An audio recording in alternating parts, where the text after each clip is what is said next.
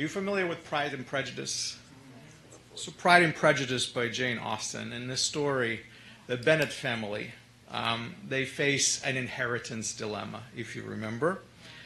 Bennet's estate can only be inherited by a male heir. But the father has no sons. And instead, he has 5 daughters.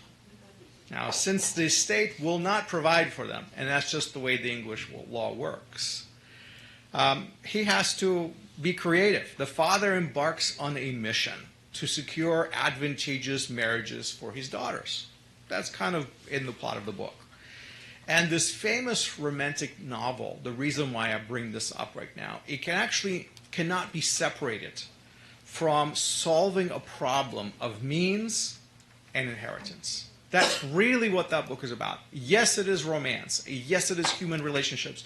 But it's all tied to the idea of how we're going to survive, how we're going to live, who's going to inherit the money, how we're going to make this all work out. And attitudes towards money and status and influence and choices of love and marriage in this classic story all rotate around this idea of inheritance, belonging.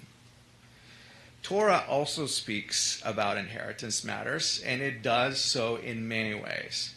Only what I've noticed is a lot of times the Torah doesn't always focus on the financial aspects of inheritance. It is a very rich spiritual concept. Torah tends to guide us towards the idea of what inheritance could truly be when we approach it from a spiritual perspective. So in our reading this week, we're reading Haazinu, Deuteronomy chapter 32, just a little bit past the verses we read. We read through the first Aliyah, which is the first 6 verses. But if you keep reading just past that, when you get to verses 8 and 9, God speaks of allotments. God speaks of inheritance. And he calls Israel some very intriguing names. Deuteronomy 32, verse 9 particularly, says this: Chelek Adonai Amo. The portion of Hashem is his people. Chelek Adonai Amo. The portion of Hashem is his people. The term Chelek can mean a share or a portion or even a tract of land. So what are we talking about? You catching on? We're talking about some sort of a inheritance. And this is clearly a reference to something tangible, something that belongs to God. But God says, my people are that. So the people belong to Hashem as an inheritance. That makes total sense. Then the verse continues and it says, Yaakov Hevel Nachalato. Jacob is an allotment of his inheritance. Well, that is how we usually translate that. An allotment of inheritance. But literally, Hebrew says word rope. Hevel. That's what it means. A rope of inheritance. In the ancient days, people actually used a rope to measure out plots of land. They didn't have tape measures like we do today. Okay, so today we pull out a tape measure, or we have more sophisticated devices. Today we even have little lasers that just shoot and tell you exactly how far things are. We've become very advanced. Back in those days, they simply used a rope, and they would stretch it through the boundaries of a plot. And that was your allotment. Your allotment was that which the rope essentially marked out. And that is why Hashem is actually using this idiomatic term, and he calls Israel literally his rope of inheritance. Rope of inheritance. Hevel Nachala. Now, it's a very unusual language, and that language caused me to ponder. What does this really mean?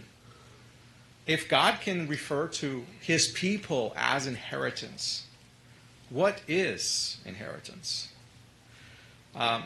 If I ask that question just flat out without necessarily going into the context, I realize that whenever I say word inheritance, something that people possess comes to mind. That is the most common, simple definition. It goes straight to our core of our understanding what inheritance is. And most common things that come to people's mind thinking of inheritance, of course, are things like real estate and investments maybe business, money, or some items of value, let's say antiques or jewelry, right?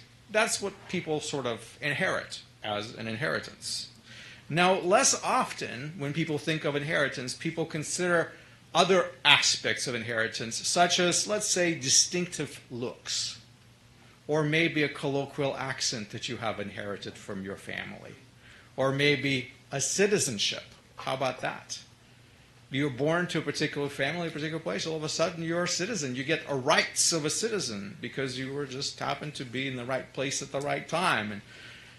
Or, for example, you can have a privileged status, a class of sorts into which you were born, a privilege. I always wondered what it would be like to be born into a family like, I don't know, Kennedy's or something like that. What would it be like to be just born into a family like that? It would probably put me in a whole different situation in life. What I am trying to bring across is that there are things of inheritance that we always think about, and then there are things that we often do not think about, like the things that we inherit from our family, certain traits. And even on a lesser occasion, even on a rare occasion, people think of family personalities, family traits, ethics, cultural values, spiritual beliefs as an inheritance. If you have inherited some amazing and awesome and wonderful things of that nature from your family, Baruch Hashem, God bless you. This is awesome. This is wonderful if you have such an inheritance. And these things are indeed inherited. I don't know if you realize this or not. We do get these things passed down to us. And when people hear the word inheritance, they usually think of more tangible things. But the idea of inheritance, as I tried to show to you, is much, much broader, much bigger. So I have a feeling when it comes to God and His inheritance, it is those less tangible things that should be our focus. And that is the frame of mind with which we should try to understand what Hashem is saying. So how can this verse from a poetic address by Moses speak to us today? It's a good question. You knew I was going to have to land that plane. What tangible truths can we learn from this poetry, from these unusual names, the rope of inheritance that Torah offers us? Modern people, what can we take away from that? I have two observations for you this morning. First one is very simple. Know your inheritance. You see, what is this rope of inheritance? What is this Hevel Nachala? You see, Rashi explains it this way. He taught that Jacob was called a rope of inheritance. Unusual name. But Jacob was called that because he combined within himself the traits of both of his ancestors, Abraham and Isaac. Jacob was two of them put together. He has taken on the spiritual experiences, the faith and the values that Abraham has developed, and the sechel that Isaac has acquired in his life. And he put them together. And so Jacob, as a result, a person that he was, is really combining that value and spiritual heritage within himself.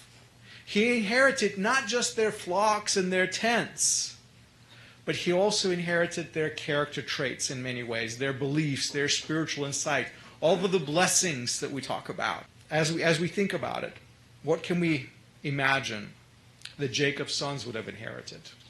Everything that Jacob has had, everything that Abraham had, everything that Isaac had. They got little pieces within themselves. And so now the 12 sons of Jacob, as they keep passing on their inheritance further and further down the line, that is just how it works. That is a non-tangible inheritance that Israel essentially represents.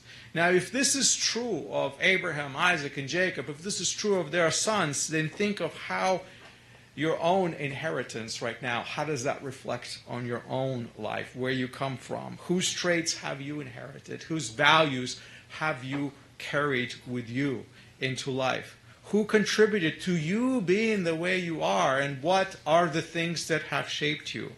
What blessings stretch to you from many, many, many generations? Think about that. We inherit these things. That is a powerful idea of a spiritual inheritance that person receives. Now, God calls Israel his inheritance, but we have to first understand what that inheritance is all about. Each one of us is unique. Each one of us is unique as the strings of, this talit, made of many fibers, right? Not just genetically we're unique, but we're spiritually unique too, because inheritance is not all about genetics, ladies and gentlemen. It's not. Even if you are standing here today unrelated to Jacob's family as you pronounce these blessings with us, you have entered the family of Messiah. And you have been promised an amazing inheritance, have you not? That is what the apostles taught, that there are sons who inherit the kingdom. And we are in this together. This inheritance is much, much bigger than some people give it credit. It's not all about genetics, I say, ladies and gentlemen. The good news is the old English laws of inheritance, which are described in Pride and Prejudice, for example, do not apply in Hashem's house. That's not how it works. In the Bennett family, only the son could inherit something, and the daughters were left scouring for a good marriage. That is not how it works with Hashem. Your gender, your heritage, they are not the alone freestanding factors that determine your well-being. And now my second point. Be in God's rope of inheritance. I told you that God says that Jacob is my rope. He's my rope of inheritance. What does that mean? God called Jacob, Israel, the rope of his inheritance because that's how he sees him. But that means that with all the imperfections that Israel has, Israel is like a measuring stick. It's like a device that measures things. God says that my people are his inheritance. And guess what? Jacob is that rope. He's that measuring stick. He's the first to be judged, and he is the first to receive mercy, just as it says, to the Jew first and also to all the others. That's how it begins. And a rope, my friends, is made of many twisted strings, all bound together. So I say, be in the rope. Be in your inheritance. Realize that you are not alone. You're not standing in this alone. Your strength lies in the fact that you belong to a community. Our covenant is communal. Our promises are communal. And we enter into Hashem's presence standing as a people, not just solely as individuals. In Kohelet, Shlomo in chapter 3, verse 12 says that a cord of 3 strings twisted together does not break so easily. Remember those words of wisdom? Well, you need to be in that cord. You need to be one of those strings woven into Hashem's rope of inheritance. And the question is, do you recognize that? Which brings me back to my first point that I made. You have to know your inheritance. You have to know where you belong. If you do, you're a blessed person. And you recognize that as we stand on this Yom Kippur, we stand together as one people. What affects one of us affects all of us because our destinies are intertwined like the rope. We're all together. One of us is not greater than the other. When one string gives and breaks, the other one holds it all together. And sometimes the fringes will become frayed, and sometimes the trouble will come. But guess what? Our strength is found in the fact that we are twisted and bound together with our people. So be in the rope of inheritance.